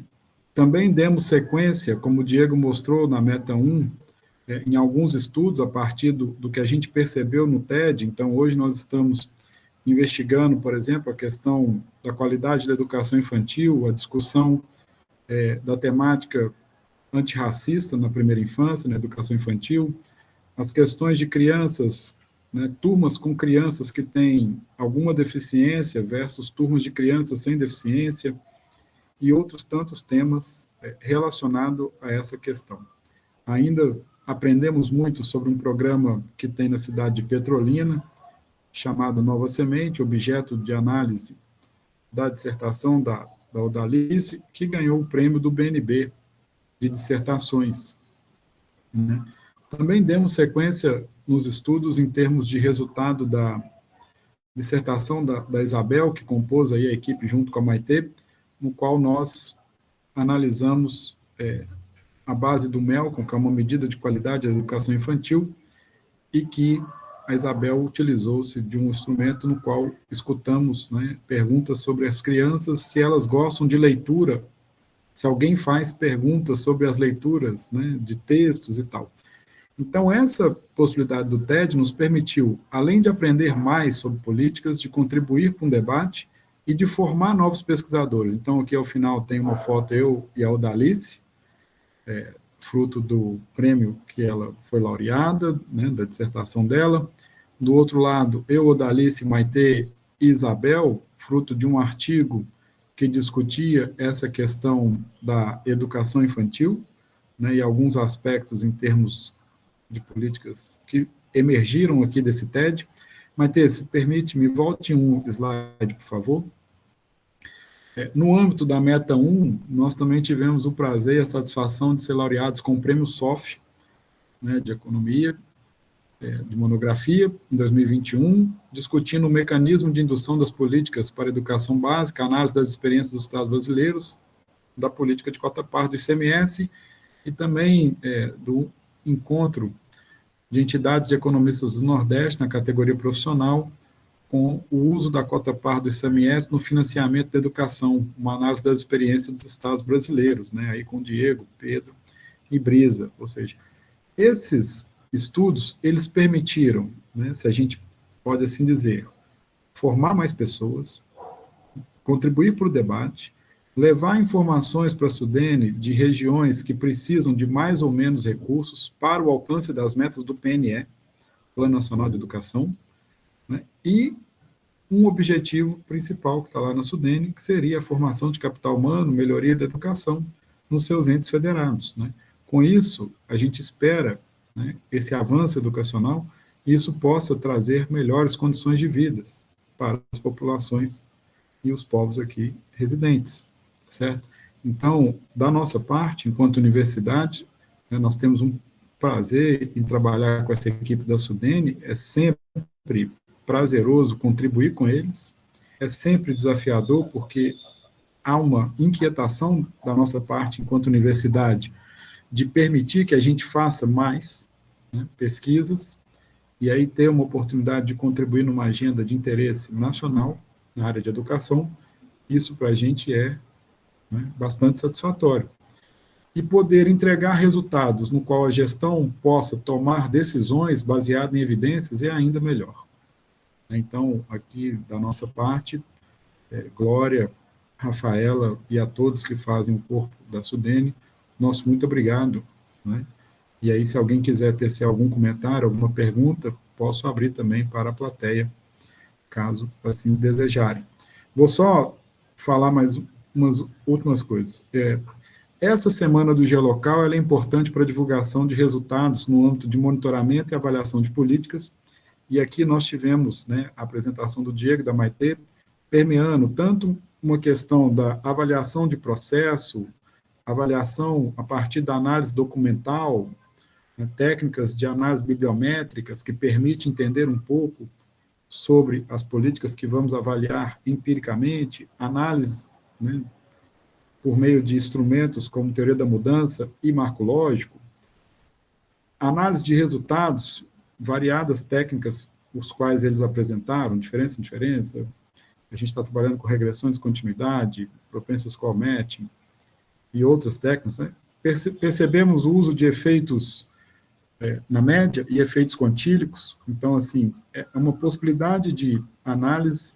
Esses relatórios serão publicizados, melhor, já estão publicizados no site da Sudene, se alguém puder colocar aqui no chat, seria ótimo, porque aí eles já são públicos, os relatórios, assim como algumas dissertações que estão correlacionadas com essa meta, né, e também alguns estudos que fizemos a posteriores, certo? Então, no mais, se alguém quiser perguntar ou falar alguma coisa. Eu acho que agradecer, né, a coordenação aí do Guilherme, o apoio da Sudene, a equipe, né, como todo, foi um prazer trabalhar com todo mundo. Esse TED foi inaugural, né, da nossa relação com a Sudene, foi muito vitorioso sobre vários aspectos, né, inclusive pela proximidade que a gente ganhou aí com novos pesquisadores e tal, foi uma experiência muito prazerosa. E é isso, deixar aí registrar meu agradecimento. Aproveitar também e agradecer, né, toda a equipe que fez junto aí comigo, né, esses produtos. Foi um período aí de muito aprendizado, né, mas também de muita dedicação de toda a equipe. Então, as que estão aqui, agradeço, né, diretamente, e as que não estão também, mando minha mensagem de agradecimento aí pelo esforço na realização desse trabalho, que com certeza contribui aí para o desenvolvimento e aprimoramento das políticas na nossa região. E obrigada ao Guilherme também. O link, coloquei no chat o link, Wallace, prazer revê-lo virtualmente.